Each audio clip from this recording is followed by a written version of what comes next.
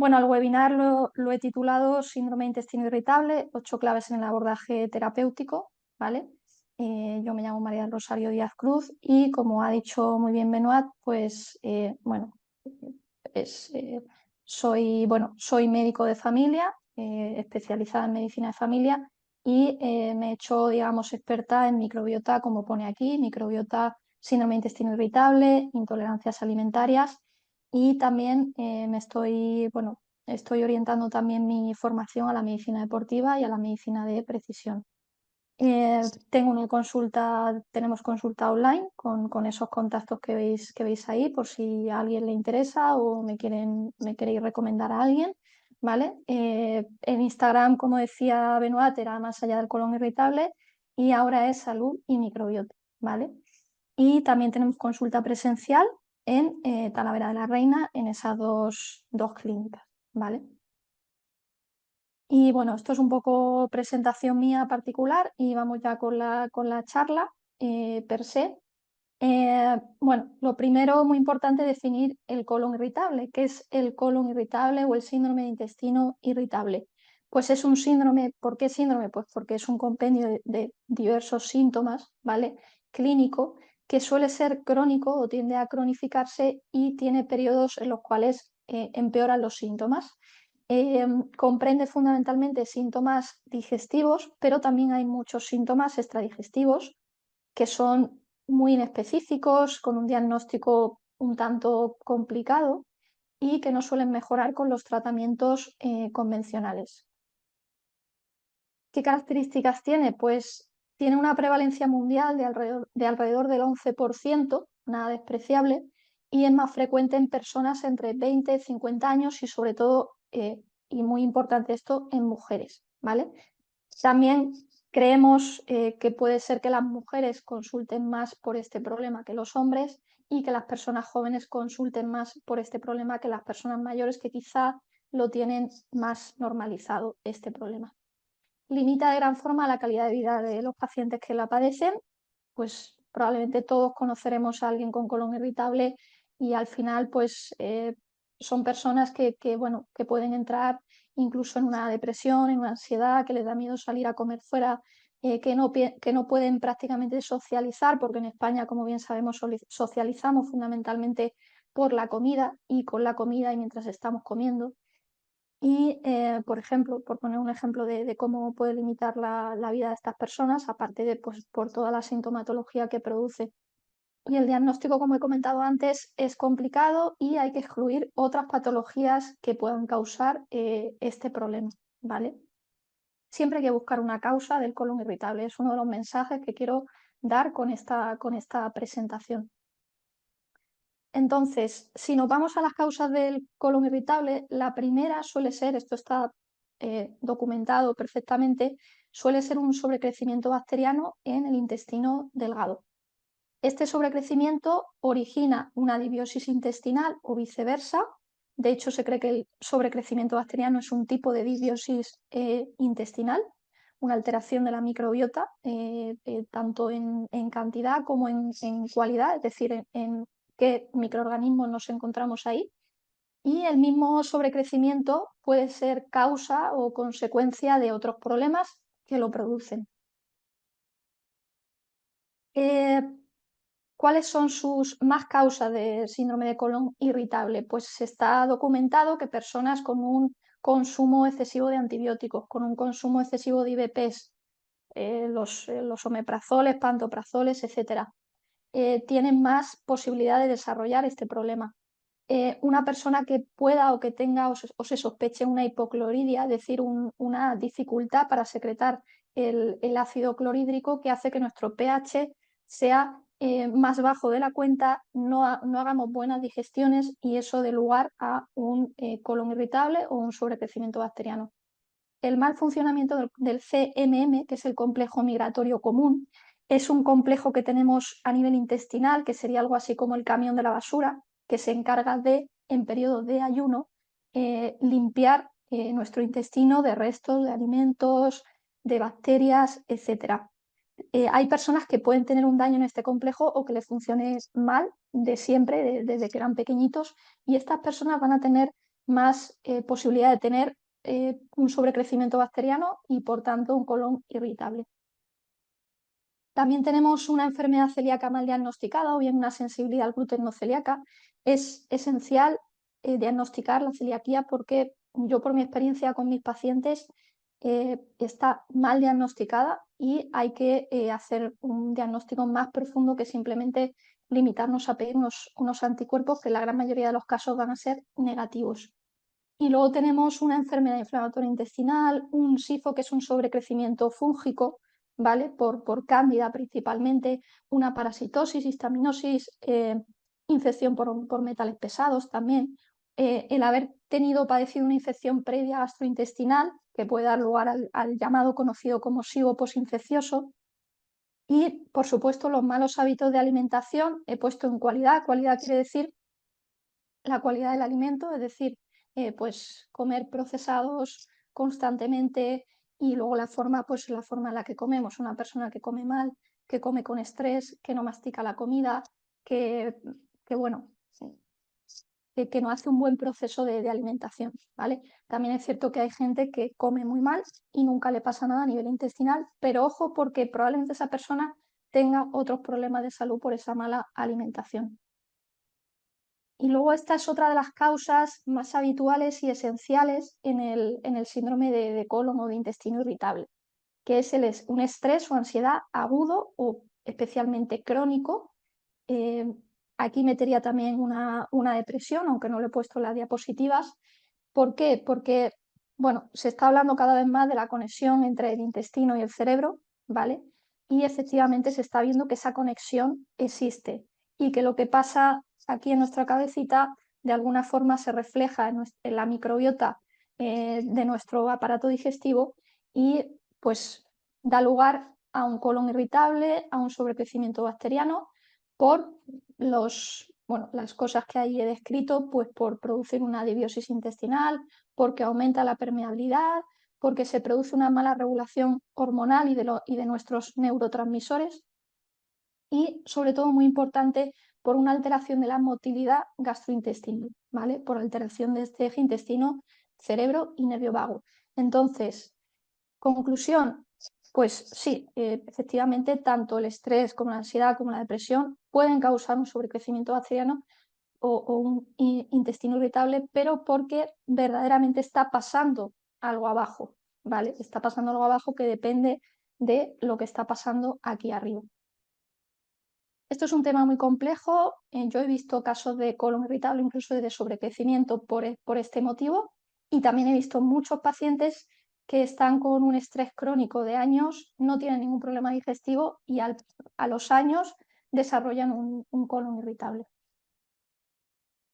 Y bueno, estos son un poco los síntomas del colon irritable. Tenemos los síntomas digestivos. Yo los síntomas digestivos destacaría la dificultad para expulsar gases, la distensión e hinchazón abdominal generalizada, que solo cuentan muchos pacientes, sobre todo cuando hay un sobrecrecimiento bacteriano, la alternancia especialmente repentina o brusca del tránsito intestinal, diarrea, estreñimiento, y luego también hay síntomas de la parte superior del aparato digestivo, es decir, síntomas más gástricos como dispepsia, como reflujo, hinchazón, ardor, etc.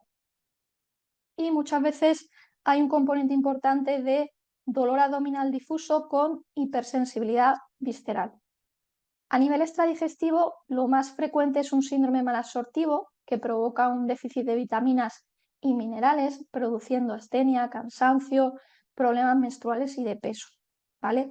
Nos podemos encontrar tanto pacientes que les cuesta perder peso, y esto es así, como pacientes que les cuesta mucho ganarlo porque no absorben bien los nutrientes necesarios, ¿vale? Tenemos las cefaleas, tenemos los problemas de la piel, sobre todo dermatitis atópica y reagudización de otros problemas de la piel como la psoriasis, el acné o incluso el prurito, mialgias y dolores articulares difusos, esto quizás es un poquito menos frecuente, y sobre todo alteraciones o problemas de salud mental como consecuencia de ese intestino irritable, la persona termina desarrollando, por lo que le produce su propio problema, termina desarrollando ansiedad, depresión o estrés. Y bueno, ¿cómo diagnosticar el síndrome de colon irritable? Pues bueno, tenemos los criterios de Roma 4 que llevan ahí bastante tiempo. Sí que es cierto que yo particularmente no los utilizo mucho, ¿vale? Pero en su momento sí que se utilizaban bastante para establecer una patología de tipo funcional digestivo. El síndrome de intestino irritable sigue estando catalogada como un trastorno funcional y lo es, ¿vale? Pero es cierto que siempre hay que descartar eh, pues las causas que os he comentado antes. Entonces, los criterios de Roma 4 se basan fundamentalmente en un dolor abdominal recurrente un día a la semana durante 3 últimos meses con síntomas de mínimo 6 meses antes del diagnóstico. Y tiene que estar asociado al menos a 2 de estos síntomas, ¿vale? Alteraciones en evacuación, cambios en la frecuencia y cambios en la apariencia o forma de las heces. Bueno, esto muchas veces no se cumple 100% y estamos ante un intestino irritable. Y luego esto sí que es bastante importante porque los criterios de Roma 4 sí que clasifican los subtipos de síndrome de intestino irritable, que como yo creo que los que estamos aquí, pues más o menos lo sabemos, que es el que tiene predominio de estreñimiento, el que tiene predominio de diarrea, el que es mixto y el que no está clasificado. De aquí yo me quedaría con algo que es esto, con el de predominio de estreñimiento. ¿Por qué? Porque todavía creo que hay muchos profesionales y por supuesto pacientes y sociedad hoy en día que siempre piensan en un intestino irritable como el típico con diarrea y dolor abdominal. Pero hay efectivamente intestino irritable con un predominio de estreñimiento, ¿vale? Aquí no me voy a meter mucho porque no es el objetivo de esta charla, pero estos son los criterios para clasificarlo y que sepamos que existe estreñimiento, diarrea, mixto e incluso no clasificado. Entonces, estamos en consulta, viene un paciente con posible síndrome de intestino irritable, ¿qué tenemos que hacer?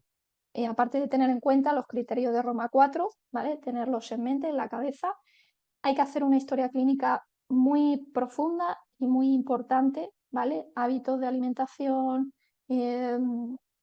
otros problemas, desde cuándo le pasa, y familia, antecedentes familiares, y muy importante preguntarle si relaciona los síntomas con algún alimento en concreto o con muchos o no lo sabe.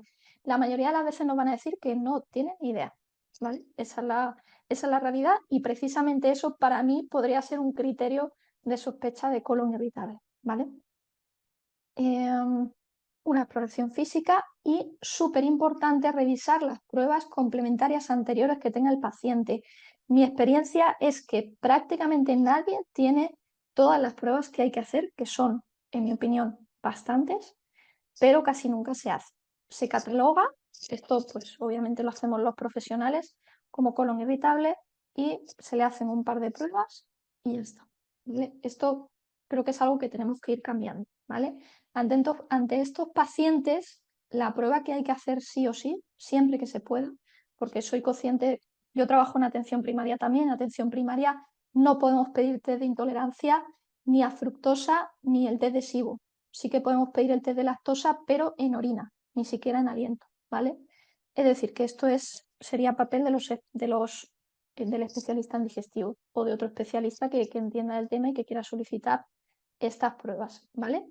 Test de sobrecrecimiento bacteriano, cuidado con los falsos positivos porque los hay, cuidado con la preparación, cuidado con el sustrato porque el sustrato fundamental que se utiliza es la lactulosa, que es un laxante, con lo cual, bueno, los resultados hay que verlos un poco en el contexto del paciente, el contexto clínico, etcétera, ¿vale? No hay que valorar solo un test de sobrecrecimiento positivo o negativo, ¿vale? Y siempre test de intolerancias a lactosa y fructosa. Son muy habituales y se asocian mucho a pacientes con intestino irritable, sobre todo la fructosa. Creo que el que conozca un poco esta intolerancia puede entender que estos pacientes nos digan, que son la gran mayoría intolerantes a la fructosa, nos digan que no saben lo que les sienta mal. ¿Por qué? Porque la fructosa, como sabemos algunos, no está solo en las frutas, sino está en los vegetales, está en cualquier cosa, prácticamente cualquier cosa que tenga fibra, ¿vale? Entonces es muy difícil saber qué nos está sentando mal porque son alimentos que están en muchos sitios y que además están ocultos en muchas cocciones, en guisos, etc. Aunque bueno, una pista para esto es un paciente que te dice que cree o que, bueno, que casi está seguro de que le sienta mal el ajo o la cebolla. Por ejemplo, la manzana también es muy típico de estos pacientes. Otras pruebas que yo suelo solicitar prácticamente siempre, una analítica completa, ¿vale? Una gastroscopia con biopsia, por lo menos hacer una que tenga biopsias para descartar celiaquía, ¿vale? Súper importante. Una ecografía abdominal, un buen análisis de heces. Yo también pido test de parásitos por PCR, ¿vale? Ya dependiendo del caso, pero para mí estas serían las pruebas que sí o sí habría que hacer en estos pacientes, aunque pensemos que es un trasfondo muy nervioso, aunque pensemos que somatiza mucho, siempre, para mí, en mi opinión, siempre habría que hacerlas. Bueno, y ahora ya nos metemos un poco con el grueso de lo que es la charla, ¿vale? Que son las 8 claves terapéuticas en el síndrome de colon irritable, ¿vale? Cada una tiene un porqué y bueno, pues paso sin más dilación a explicarlas. Bueno, la alimentación, ¿vale? La he puesto la primera porque es esencial. Yo siempre, prácticamente siempre, derivo a un nutricionista clínico, experto en patologías digestivas. Si puede estar especializado en colon irritable o sobrecrecimiento bacteriano, mejor, ¿vale? Y es importante hacer piña con los nutricionistas para que el paciente llegue a buen puerto. De mis pacientes, aquellos con los cuales he trabajado eh, de forma muy consciente con el nutricionista, son los que mejor han evolucionado luego. O sea que esto es muy importante. La alimentación que se recomienda, yo creo que algunos ya la conocemos, es la dieta FODMAP. Cada sigla de esa palabra significa bueno, un carbohidrato no fermentable con el cual la persona, ese paciente, va a tener problemas, ¿vale?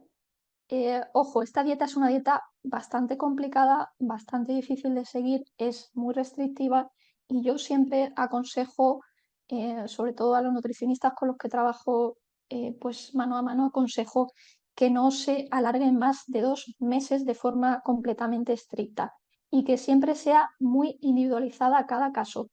Si esa persona tiene unos kilos de más, si esa persona tiene unos kilos de menos, si hace deporte, si no al nivel de estrés que tenga, un poco adaptarla a su situación, ¿vale? Y luego, una cosa muy, muy importante y que es una lucha en general con los pacientes y con la sociedad, porque creo que es algo que nos están vendiendo mucho, pero pues nuevamente de mi experiencia no es así, que es que no solo con una buena orientación nutricional o un trabajo nutricional bueno se logra la mejoría o la superación del síndrome intestino irritable, ¿vale? En la gran mayoría de los casos hay que dar un tratamiento, ya sea un tipo de tratamiento, otro tipo de tratamiento, pero no solo quitar 2 alimentos y poner 3, ¿vale? Lo digo porque a mi consulta viene mucha gente demandando eso, demandando una dieta, una revisión de sus alimentos y al final te das cuenta de que esa persona está tan mal, que le sienta todo mal, que es imposible solo abordar esta clave terapéutica que es la alimentación, que es súper importante, pero no debe ser, en mi opinión, nunca el único tratamiento para estos pacientes, porque además es muy restrictiva, los pacientes casi no la pueden seguir, no pueden comer casi nada y eso les produce más estrés, más ansiedad, empeora su patología, o sea, empeora el intestino irritable y al final es todo peor, ¿vale? Bueno, aquí he puesto segunda clave terapéutica, la importancia de los hábitos, ¿vale? Los hábitos de alimentación. Esto es algo tan esencial y tan sencillo, creo, que mucha gente lo olvida y lo obvia, y nosotros también como profesionales, ¿vale? Desde masticar bien la comida, saborearla, comer tranquilo, comer entretenido, comer porque queramos disfrutar de la comida, no comer porque tenemos que comer, porque luego tenemos que irnos a hacer otra cosa y esto es un trámite, ¿vale? Reposar la comida, no sentarse o tumbarse justo después de comer, quedarse haciendo alguna actividad ligera, como por ejemplo recoger cosas, pasear, hacer tareas del hogar. Por supuesto, tampoco recomiendo comer e irnos a la calle a correr ni a hacer deportes, por supuesto, tampoco eso, pero encontrar un poco ese término medio. Que hay gente, personas bueno, que para mí son bastante afortunadas y yo me alegro, que comen, se tumban, comen cualquier cosa y no les pasa nada. Sí, cierto es. Pero hay otro grupo de personas que si no tienen unos buenos hábitos de alimentación, de hacer buenas digestiones y de hacer cosas para mejorar las digestiones, pues se van a sentir mal, ¿vale? Y luego otra cosa que yo suelo recomendar en los pacientes con intestino irritable es espaciar las comidas o reducir su frecuencia. Nos encontramos con pacientes con intestino irritable que comen 5 o 6 veces al día, ¿vale? Esto en una persona con intestino irritable no puede ser. ¿Por qué? Porque es fundamental que haya un mínimo ayuno entre comida y comida. Intentar que al menos pasen 6 horas, ¿vale? Entre cada comida. No se recomienda hacer 5 comidas diarias, se recomienda hacer ayunos, especialmente cuando estás peor, pero ojo, todo esto debe estar adaptado a cada paciente y situación. Si es una persona que está en bajo peso, pues a lo mejor lo del ayuno, pues hay que tener cuidado con eso, ¿vale? Sobre todo si hace ejercicio físico. Si es una persona que tiene más peso, pues se pueden meter ayunos de 16 horas, por lo menos entre semana. Es decir, esto es algo general. Yo o sea, no se lo digo a todos los pacientes, pero a los que puedo y creo que lo pueden hacer y creo que les viene bien, sí que aconsejo por lo general hacer desayuno, comida y cena, ¿vale? Pero sobre todo he puesto aquí intentar disfrutar de la comida lo que podamos, ¿vale? Saborearla, disfrutarla y verlo como algo, pues eso, de disfrute y de compartir con las personas que nos rodean y que nos sentimos bien. Bueno, otra clave terapéutica. Quizá esta para mí no es como tan importante, pero sí que quería ponerla, que es tratar los síntomas, ¿vale? Eh, al final es efectivamente eso, tratar los síntomas, ¿vale? No voy a decir, bueno, no voy a llegar al extremo de poner que son parches, ¿vale? Pero, bueno, hacen un poco esa función, ¿vale? Son fármacos que alivian, ¿vale? En caso de el síndrome de intestino irritable con predominio de diarrea, pues los antiespasmódicos como el butilbromuro de escopolamina, como la meverina, el bromuro de etilonio, son los más conocidos, ¿vale? En el caso de diarrea, pues la loperamida, el ondansetron, más en el caso de los vómitos. Aquí han metido la rifaximina, ¿vale? Pero yo la rifaximina la pongo como tratamiento, ¿vale? No la pongo para tratar los síntomas. Esto sería, para mí sería más en una persona que tiene divertículos y que tiene crisis de diverticulitis aguda, ¿vale? Sería en ese caso. Y luego en el caso del estreñimiento, pues tenemos los diferentes laxantes, ¿vale? Incluso tenemos aquí antidepresivos como el citalopram o la paroxetina, que en esta dosis diaria mejora la consistencia de las deposiciones y la distensión, ¿vale? Estos antidepresivos actuarían más sobre el eje intestino-cerebro, ¿vale? Y bueno, pues la verdad que hoy día no conozco personas que nos hayamos especializado en esto, no conozco, bueno, la verdad que no conozco casos en los cuales se utilice, por lo menos fehacientemente. O sea, se puede utilizar cuando hay un componente de depresión importante, ¿vale? Lo que sí que voy a hacer, me vais a disculpar porque voy a encender la luz porque se me ve un poquito oscuro.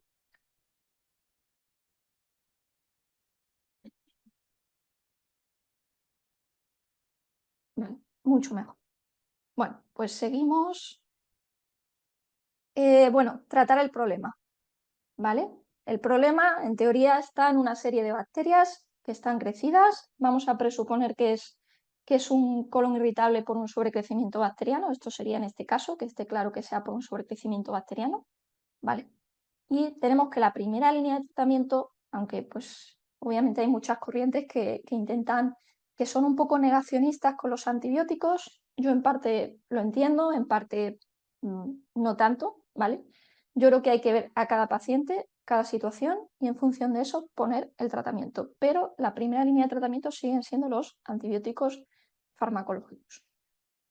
¿Qué pasa con los antibióticos? La clave de los antibióticos no es darlos, sino cómo los damos, ¿vale? Si yo pongo un antibiótico en una persona que tiene intestino irritable, pues le asocio un probiótico, ¿vale? Yo también le asocio un prebiótico, aparte, pero un probiótico siempre. ¿Por qué? Porque está demostrado que aumenta la eficacia de la erradicación o de la mejoría de un colon irritable o de un sobrecrecimiento bacteriano y además nos protege de la acción o de los posibles efectos adversos del antibiótico, ¿vale? En este caso yo casi siempre suelo poner el Saccharomyces boulardii, ¿vale? Porque es antiinflamatorio a nivel intestinal, lo pongo fundamentalmente en SIBO, es decir, sobrecrecimiento bacteriano en el intestino delgado, ¿vale? Y la pauta es fundamental. Esta pauta se está poniendo muchas veces, no es eficaz porque no se pone bien. La rifaximina en intestino irritable con sobrecrecimiento bacteriano, que lo tengamos más o menos claro, se pone así, 2 comprimidos cada 8 horas, 14 días, ¿vale?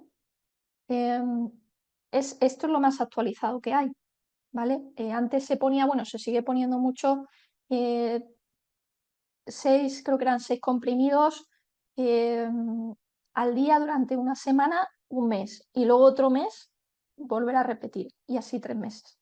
Pues eso es una pauta que es más para una enfermedad diverticular, pero no para un sobrecrecimiento bacteriano, ¿vale? Luego, para un crecimiento de arqueas metanógenas, ¿vale? Que es diferente al SIBO, porque aquí en la gráfica se elevaría el metano, en el SIBO se elevaría el hidrógeno solo. Se puede elevar hidrógeno y metano en la misma gráfica, ¿vale? Tendríamos los dos tipos de SIBO. Y bueno, en el IMO, ¿vale? Se pone este mismo tratamiento, se puede poner, ¿vale? Y asociaríamos la neomicina, un comprimido cada 12 horas, también 14 días. Y la rifaximina también 14 días, ¿vale? Es decir, los dos. Asociaríamos los dos. Yo aquí, por supuesto, también metería un probiótico. A lo mejor no el Saccharomyces, porque el Saccharomyces estreñe un poquito más y estos pacientes suelen ser pacientes que suelen estar más estreñidos, pero sí que asociaría a algún probiótico específico, ¿vale? Y luego tenemos segunda línea alternativa o en ocasiones primera línea, que son los antibióticos herbáceos, ¿vale? Que yo pues tengo que ser muy honesta, los estoy utilizando cada vez más y es verdad que me están dando muy buenos resultados, ¿vale? Tenemos que para el SIBO los más utilizados son el orégano, la berberina, el neem, pueden estar separados o en combinación. Yo lo que más suelo utilizar es el orégano solo y va bastante bien. Y ponemos un tratamiento de mínimo un mes, yo a veces pongo 2 meses, ¿vale? Son tratamientos más largos, son tratamientos que van más poquito a poquito, pero que al final son, mi experiencia es que son bastante efectivos. Y para el limo ya tenemos la alicina, el atrantil, el orégano, también mínimo un mes. Luego hay que valorar, importante, esto siempre he valorado en cada caso, estimuladores del peristaltismo. Yo esto lo suelo poner en IMO, por el estreñimiento, ¿vale? Para mí el mejor, el más potente y el más eficaz es el Resolón, ¿vale? Y luego tenemos el cidine, que es un poquito más flojito, el jengibre, algo muy natural, ¿vale? Que no es tan potente, pero puede ayudar también. Y hay otros combinados comerciales, ¿vale? Que no menciono aquí, pero que los hay, que tienen una función parecida al Resolor o al cidine, ¿vale?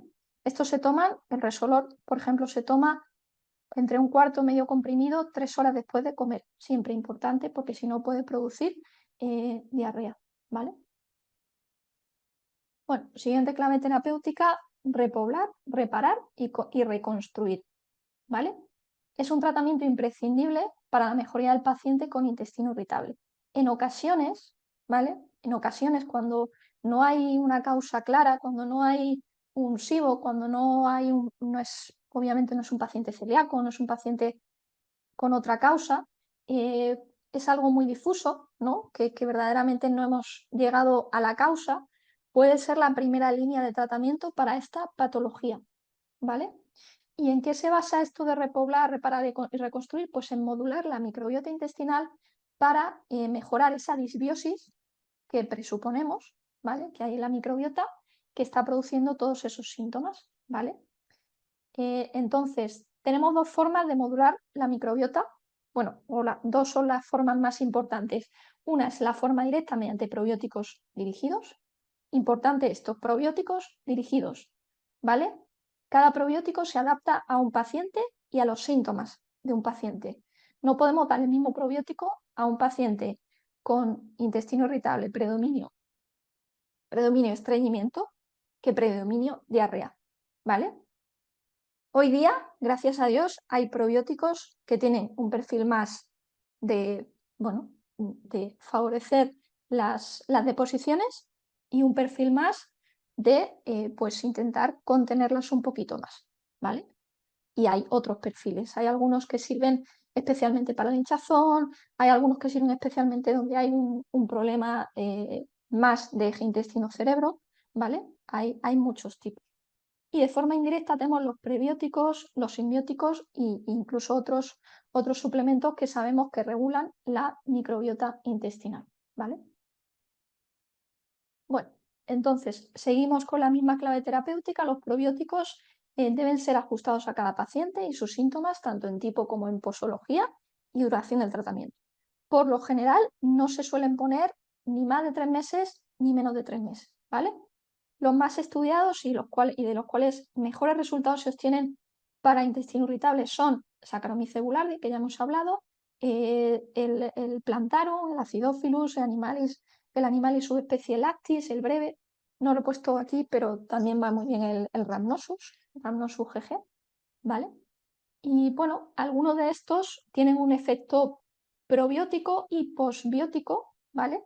Como el Propionibacterium freudenrechi shermani, que produce un ácido graso de cadena corta, que es un posbiótico, que en este caso es el propionato, ¿vale? Prebióticos también son fundamentales, de hecho hay muchos, bueno, muchos de los grandes profesionales de la microbiota aquí en España dicen que la clave está en los prebióticos y en la alimentación prebiótica, ¿vale? Yo para mí estaría más en los prebióticos, en los preparados que no son alimentos, ¿vale? Una persona tiene que estar consumiendo muchos alimentos prebióticos diariamente para que tengan un impacto real sobre la microbiota, ¿vale? Esto es algo que se está estudiando, que se está analizando, pero es así. Problema, que la gran mayoría de estos pacientes no te van a tolerar un alimento con alcachofas, ajo, en el caso de los GOS, legumbres, ¿vale? Y la lactulosa, pues, bueno, pues ya lo sabemos que es un laxante, ¿vale? Estos son los que están aprobados, la inulina y el FOS, los galactoligosacáridos, que los podemos encontrar aquí, la lactulosa aquí, y bueno, los probióticos son el sustrato de la microbiota, el sustrato de esos probióticos que queríamos dar. Entonces, yo intento ponerlo siempre, ¿vale? Yo siempre intento poner algún prebiótico, ¿vale? A mí el que más me gusta es la goma guar, ¿vale? La goma guar en varios estudios realizados no hace tanto se ha visto que asociada a la rifaximina y al Saccharomyces boulardii aumenta la tasa de erradicación del SIBO de hidrógeno, ¿vale? Estos son estudios, ensayos clínicos bueno, que así lo atesoran y así lo demuestran, ¿vale? Y bueno, los prebióticos los podemos encontrar formando parte de, bueno, siendo un simbiótico, es decir, con otro probiótico. Hoy día hay muchos preparados que son simbióticos, que son el probiótico y el prebiótico, que normalmente es un extracto de, pues, muchas veces de esto, ¿no? De alcachofas, de algún extracto que tenga GOS o que tenga inulina. La inulina es uno de los que más se utiliza, pero es uno de los que no se suele tolerar bien por estos pacientes, ¿vale? Bueno, y tenemos que hablar de los posbióticos que cada vez están cobrando más importancia, ¿vale? En todo este tema de la microbiota, intestino irritable y tal. Son los productos derivados o que producen algunos probióticos y prebióticos, ¿vale? Son sustancias que los producen y que, bueno, que lo que hacen es regular el metabolismo de muchas cepas de nuestra microbiota de forma beneficiosa, ¿vale? Aumentan el crecimiento de estas bacterias, disminuyen la inflamación y regulan muchos procesos. El más conocido y a la vez importante es el butirato, el ácido butírico, y el propionato también es bastante importante, se utiliza bastante. Su potencia y efectos de estos probióticos, especialmente el ácido butírico, se ve aumentada por la acción del zinc. ¿Vale? El zinc está cobrando mucha importancia en patología intestinal, en patología funcional intestinal, digestiva y en microbiota y en permeabilidad intestinal. ¿Vale? Lo que hace el zinc es fundamentalmente que ayuda a recuperar la barrera intestinal y disminuye la permeabilidad de esta. Es lo que, bueno, lo que se está viendo, lo que se está demostrando. ¿Vale? Muy bien. Bueno, siguiente clave terapéutica, ya quedan menos. Serían una serie de suplementos que para mí son esenciales, ¿vale? La glutamina es la estrella, digamos, esta la conocemos todos, para la permeabilidad intestinal, función barrera, función reguladora, ¿vale? Sí que es cierto que la glutamina a veces no se tolera muy bien, ¿vale? Pero cuando se tolera bien suele mejorar bastante muchos síntomas de los pacientes, sobre todo aquellos en los cuales hay un gran componente de permeabilidad intestinal, ¿vale? Sospechamos que es así. La vitamina D, ¿por qué? Porque la vitamina D tiene una función que ayuda a la barrera intestinal muy importante, por supuesto es fundamental para nuestros huesos y músculos y potencia mucho el sistema inmune con el cual la microbiota está en continua comunicación, ¿vale? En una relación bidireccional, por tanto la vitamina D es fundamental. Luego tenemos el magnesio, especialmente el bisglicinato de magnesio, que interviene en el buen funcionamiento de los músculos, mejora la fatiga, el sistema nervioso, el sueño y el dolor. Los omega 3, otra de las estrellas indiscutibles, tanto en patología intestinal como en otros problemas de salud. Tanto el DHA como el EPA disminuyen la inflamación general e intestinal, ayudan de forma fundamental a una buena homeostasis del eje intestino-cerebro, disminuye el dolor y la sensibilidad visceral, ¿vale? Y luego la cúrcuma, que también se está utilizando cada vez más, que disminuye la inflamación, aumenta la motilidad intestinal, protege las mucosas, es regulador hormonal y se está usando mucho en patología hormonal femenina, y en menstruación, en síndrome premenstrual y bueno, en muchas otras cosas que se está viendo que funciona bastante bien. Bueno, penúltima clave terapéutica, creo que es la penúltima, para mí algo esencial, ¿vale? A muchos niveles. Yo siempre recomiendo la actividad física a prácticamente todos mis pacientes de cualquier edad. Es esencial, ¿vale? Moverse es esencial, hacer actividad física, siempre que sea adaptada a ti y a tu situación, obviamente, siempre guiada por algún profesional, ¿vale? Médico, fisioterapeuta, entrenador, ¿vale? Y pues planteando objetivos realistas a corto y medio plazo, ¿vale? Se ha visto que una actividad física regular de entre 3-4 días a la semana con ejercicios variados, tanto aeróbicos como anaeróbicos, mejora la microbiota intestinal, ¿vale? Aquí hay bueno, vamos a decir una objeción que sería la que dice que el ejercicio físico muy intenso, que yo, bueno, creo que sería más bien en deportistas de alto rendimiento, puede ser malo para la microbiota por el estrés que produce, ¿vale? Esto es algo que se está investigando, pero lo que sí que parece ser seguro y completamente cierto es que la actividad física de la forma que os he descrito mejora la microbiota. ¿Por qué? Porque disminuye el estrés y la ansiedad, produce placer y relajación de forma muy natural, mejora el sueño, mejora la motilidad y la digestión intestinal y mejora incluso la permeabilidad y la inflamación. Entonces, os animo a practicar actividad física, lo que nos guste, ¿vale? Si puede ser en la naturaleza mejor, porque es bastante importante. Y la última no podía ser sino la salud mental, ¿vale? Yo intento prácticamente a todos mis pacientes que al menos tengan una consulta con un psicólogo, ¿vale? Aunque sea, bueno, si puede ser un psicólogo más especializado en estos problemas, mejor, ¿vale?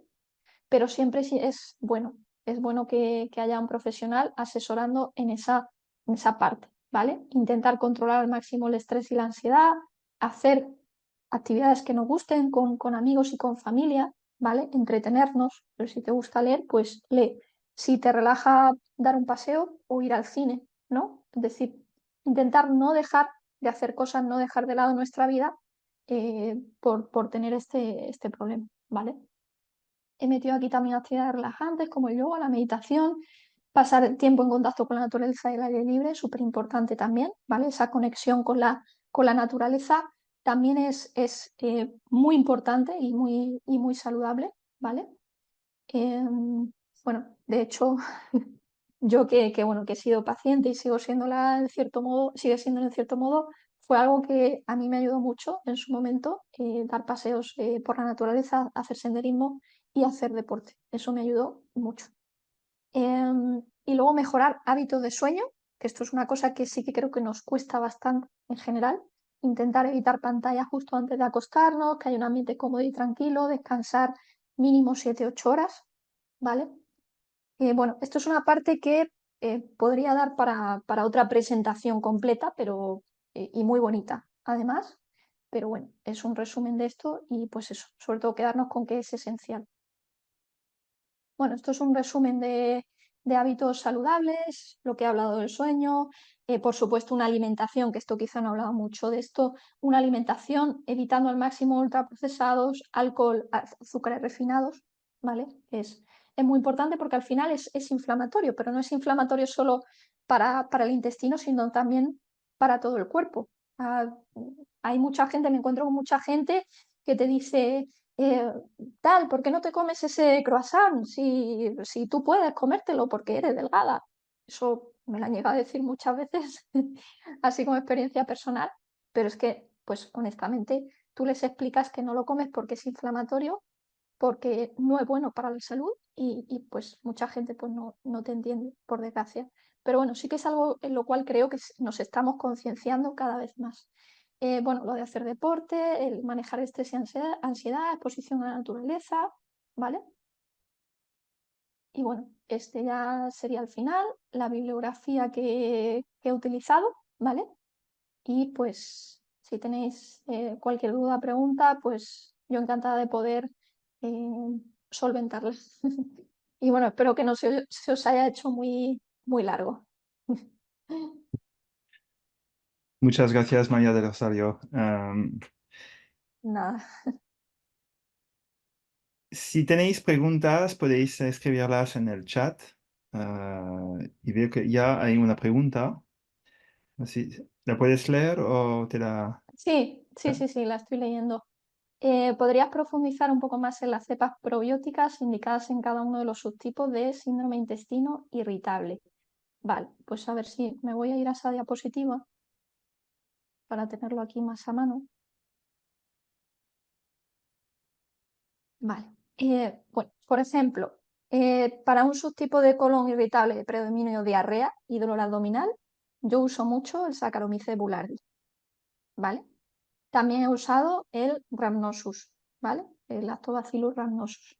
Y para un subtipo estreñimiento, hay uno que va bastante bien, bueno, el Acidophilus va bastante bien, que lo he puesto aquí, y el Animalis subespecie lactis también va bastante bien para el estreñimiento. De hecho, hay pacientes que tienen estreñimiento que no se les investiga la causa, que no se sabe muy bien por qué, que no parece un colon irritable, les pones este probiótico y van al baño bastante mejor con esta cepa en concreto.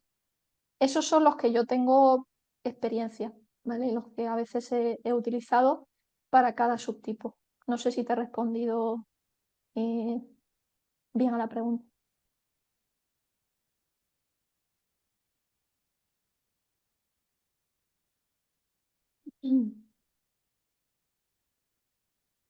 Nada, gracias a ti.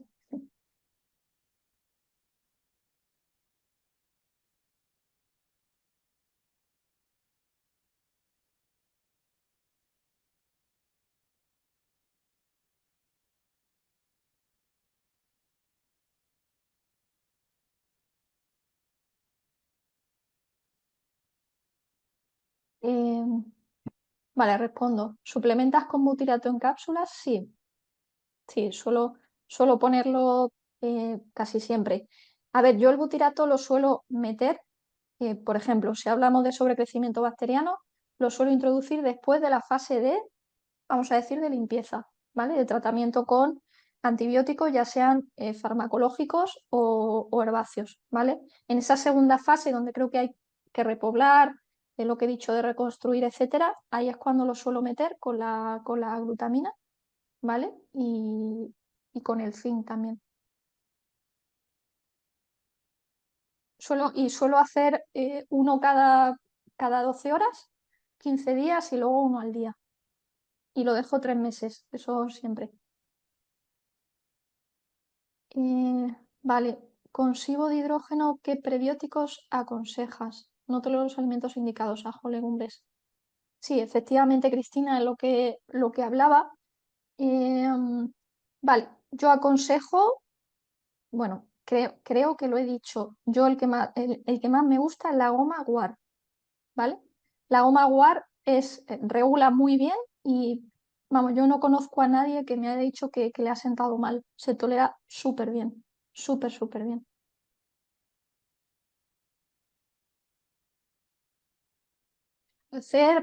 Intentar modular la microbiota solo con alimentación es muy complicado, muy, muy complicado. ¿En qué dosis? Pues es que depende del producto y de la marca, ¿vale? Pero suelen ser mínimo 2 gramos al día, mínimo. Pueden ser 4 si se tolera bien, pero mínimo 2 gramos al día.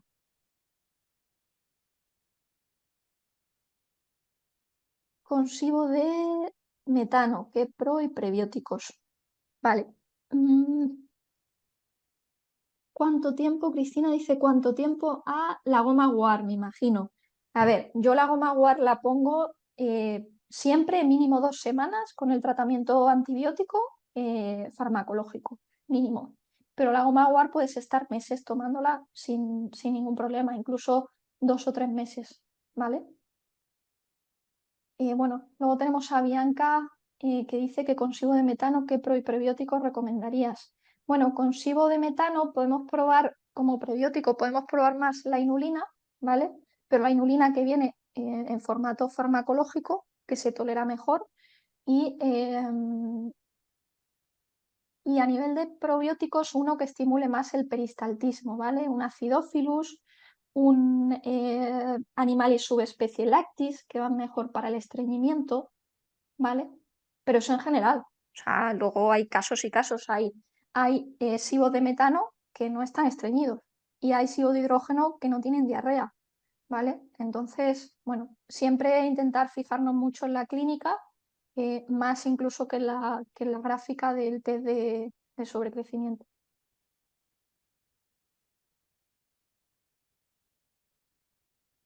Esto, bueno, cada maestrillo tiene su librillo y de verdad que cada paciente es diferente. Entonces, a mí lo que más me orienta son los síntomas y sobre todo la causa que puede estar produciendo eso.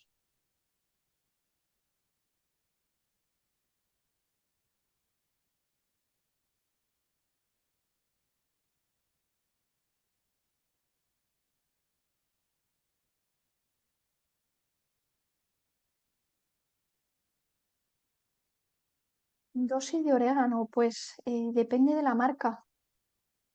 Es que depende de la marca. Me pillas un poco, la verdad, porque en función de la marca la dosis es diferente, porque la presentación es diferente también. Pues a ver, yo uso, pues no sé si puedo hablar de marcas. Son perlas, ¿no? Pero son perlas en general, ¿no? Pues, sí, sí. ¿Cómo? Son Sí, perlas de aceite de claro, orégano. son Sí, perlas sí. de aceite de orégano. Mm. Mm, son perlas, sí. Yo las que uso suelen ser 2 perlas cada 12 horas. Y lo suelo dejar un mes, entre un mes, 2 meses se puede dejar eh, perfectamente, ¿vale?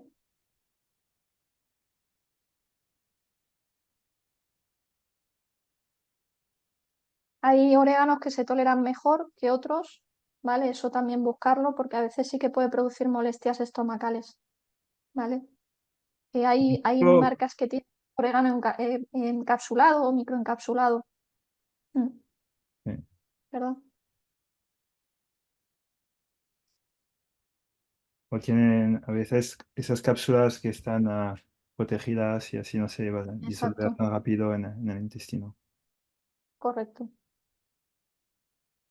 El orégano lo damos siempre con la comida, por eso no. Sí, sí, esos oréganos sí se deben dar con las comidas, si es posible. Por lo general se toleran mejor. Sí, correcto.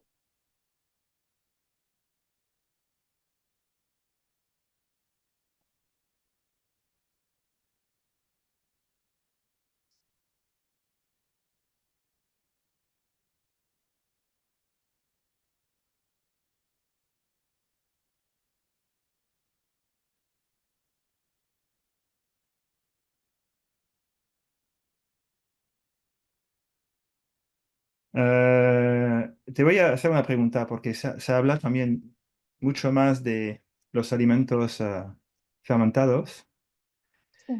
y es algo que tú vas a recomendar a los pacientes o quizás es quizás demasiado pronto durante el tratamiento para hacerlo. Vale, a ver, con esto hay un poco de controversia. ¿Por qué? Porque una cosa es lo que, yo lo digo con toda honestidad, lo que nos intentan vender, ¿vale? También creo un poco la industria farmacéutica y otra cosa es la realidad. La realidad es que un paciente con intestino irritable que no está tratado, eh, le pueden dar muchos problemas los fermentados. ¿Qué es lo más sano? ¿Qué sería lo ideal? ¿Comer más fermentados día a día todos? Sí, pero ojo porque un paciente con colon irritable tiene que tener mucho cuidado con los fermentados. Puede haber algunos que le sienten bien, otros que le sienten fatal. Entonces, pues hay que tener cuidado y individualizar un poco en cada caso. También es cierto que si uno quiere que esos fermentados tengan un efecto real en su microbiota, tiene que comerlos todos los días y ser muy constante, ¿vale? Pues obviamente nos dicen que el yogur pues es maravilloso o el kéfir, ¿no? Pero si nos tomamos 2 o 3 botecitos de kéfir a la semana, pues probablemente no estemos haciendo mucho. O sea, es algo que habría que consumir para que haya un impacto real y duradero. A lo mejor puntualmente sí, pero para que haya un impacto real y duradero, eh, pues hay que consumir mucho. Y el problema es que muchos pacientes pues no los toleran. Bueno, el kéfir y el yogur son de los que mejor se toleran, pero otros como el chucrut, como la col fermentada, pues esos se toleran peor, por ejemplo. Pero dicho esto, lo recomiendo, por supuesto que lo recomiendo, pero ojo con el paciente que tenga problemas intestinales. Le puede sentar regular. Hay una pregunta sobre la glutamina. Sí, sí, la dosis de glutamina, la glutamina también hay que adaptarla a cada paciente. ¿Por qué? Porque en algunos casos se tolera un poco mal, ¿vale? Entonces, yo siempre empiezo por 5 gramos al día, efectivamente. Lo dejo unos 3 o 4 días y si veo que va bien, suelo poner 5 y 5. 5 mañana, 5 noche, ¿vale? Y lo mantengo así, 3 meses también, a ver qué tal. Pero hay gente que con 5 está muy bien y nota mejoría, hay gente que con 10 y hay gente que incluso con más. Yo no suelo poner más de 10, ¿vale? Eso es lo que suelo hacer yo, pero bueno, pues...